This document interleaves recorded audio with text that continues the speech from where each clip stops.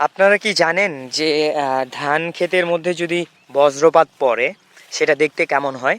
তো এই আমি আমার সামনে খুব কাছাকাছি একটা জায়গায় ধান ক্ষেতের মধ্যে বজ্রপাত পড়ছে। আমি সেটাই আপনাদেরকে দেখানোর জন্য যাচ্ছি আর কি। আমি এটা অন্যজনের কাছে শুনি এবং এই জায়গাটা সরাসরি দেখতে আসছি এখন।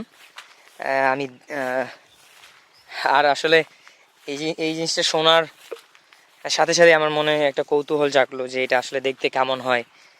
তাই চলে আসলাম, নদী পার হয়ে আসছি ওই পাশে থেকে। এই যে দেখুন, ঠিক এই জায়গাটা দেখতে পাচ্ছেন, চারপাশে কিন্তু ধানের যে ক্ষেতটা দেখেন, এটা কালার কিন্তু আলাদা। আর এই যে এই জায়গাটা, এই জায়গাটার কালার কিন্তু আলাদা। তার মানে ঠিক এই জায়গাটাতে বজ্রপাত পড়ছে, যার কারণে কালারটাই একেবারে চেঞ্জ হয়ে গেছে। আমি এখন এটা আপনাদেরকে আরও ভালোভাবে দেখানোর চেষ্টা করব। এই যে দেখুন, এই পাশে এই যে এইখানে কিন্তু আঁচ লাগে নাই, বজ্রপাতের আঁচটা লাগে নাই, এই জন্য প্রত্যেকটা পাতা খুব সুন্দর আছে। দেখেন কোনো কোঁকড়ানো নাই, কিন্তু দেখতে পাচ্ছেন খুব সুন্দর আছে।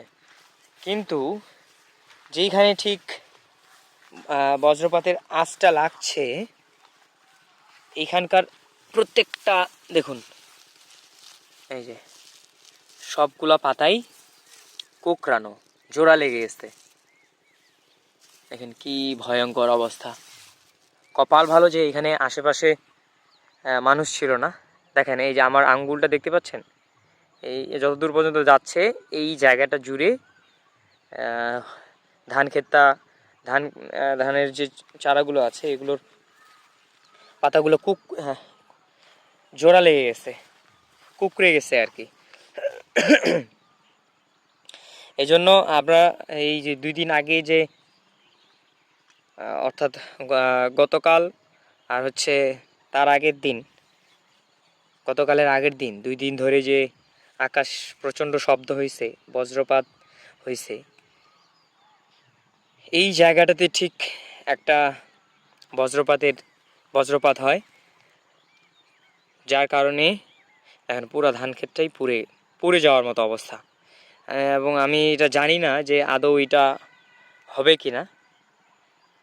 খুবই ভয়ানক একটা অবস্থা। আমি এখন এভাবে ধরে থাকবো।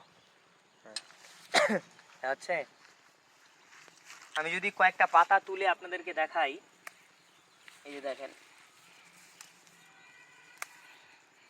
এই কিন্তু আঁচ,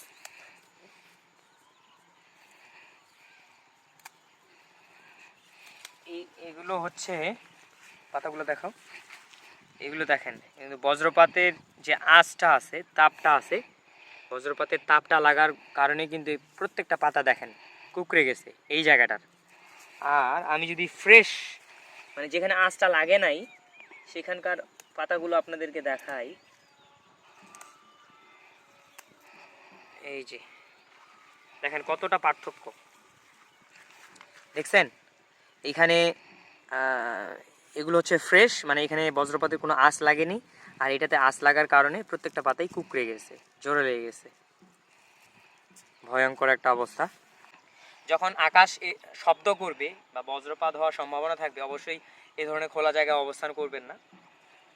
কপাল ভালো যে ওই সময়টাতে এখানে কোনো মানুষ ছিল না আশেপাশে, নাহলে কিন্তু তার ক্ষতি হওয়ার সম্ভাবনা থাকতো। নদী পার হয়ে আসছি এই জায়গাটা দেখার জন্য। এখন এই জায়গাটা থেকে চলে যাব। আমি যদি দূর থেকে আপনাদেরকে একটু দেখাই, এই যে দেখেন এখন কিন্তু ক্লিয়ার বোঝা যাচ্ছে, দেখছেন ওই জায়গাটাতে, এই জায়গাটা জুড়ে বজ্রপাতের আঁচটা লাগে, উত্তাপটা লাগে। আমরা এখন আবার নদীর এই পাশ থেকে ওই পাশে যাব। যদি পড়ে যাই রে তাহলে কিন্তু অবস্থা শেষ। এ পাশ দিয়ে যাবি? আমি এখন ওর পিঠে চড়ে পার হব নদী। আমাকে পিঠে চড়, আস্তে, ও মা গো, ধরিস।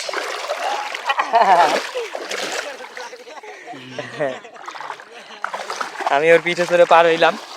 Thank you so much. আমরা বেশ কয়েকজন মিলে আসছি, আর এখানে এসে নতুন একটা অভিজ্ঞতা হলো। অনেকটা জায়গা, অনেকটা দূর গিয়ে আমরা সেই জিনিসটা দেখে আসলাম যে ধান ক্ষেতের মধ্যে বজ্রপাত পড়লে সেটা দেখতে কেমন লাগে বা কী অবস্থা হয়। আজকে এ পর্যন্তই। সবাই ভালো থাকুন, সুস্থ থাকুন। ধন্যবাদ, নমস্কার।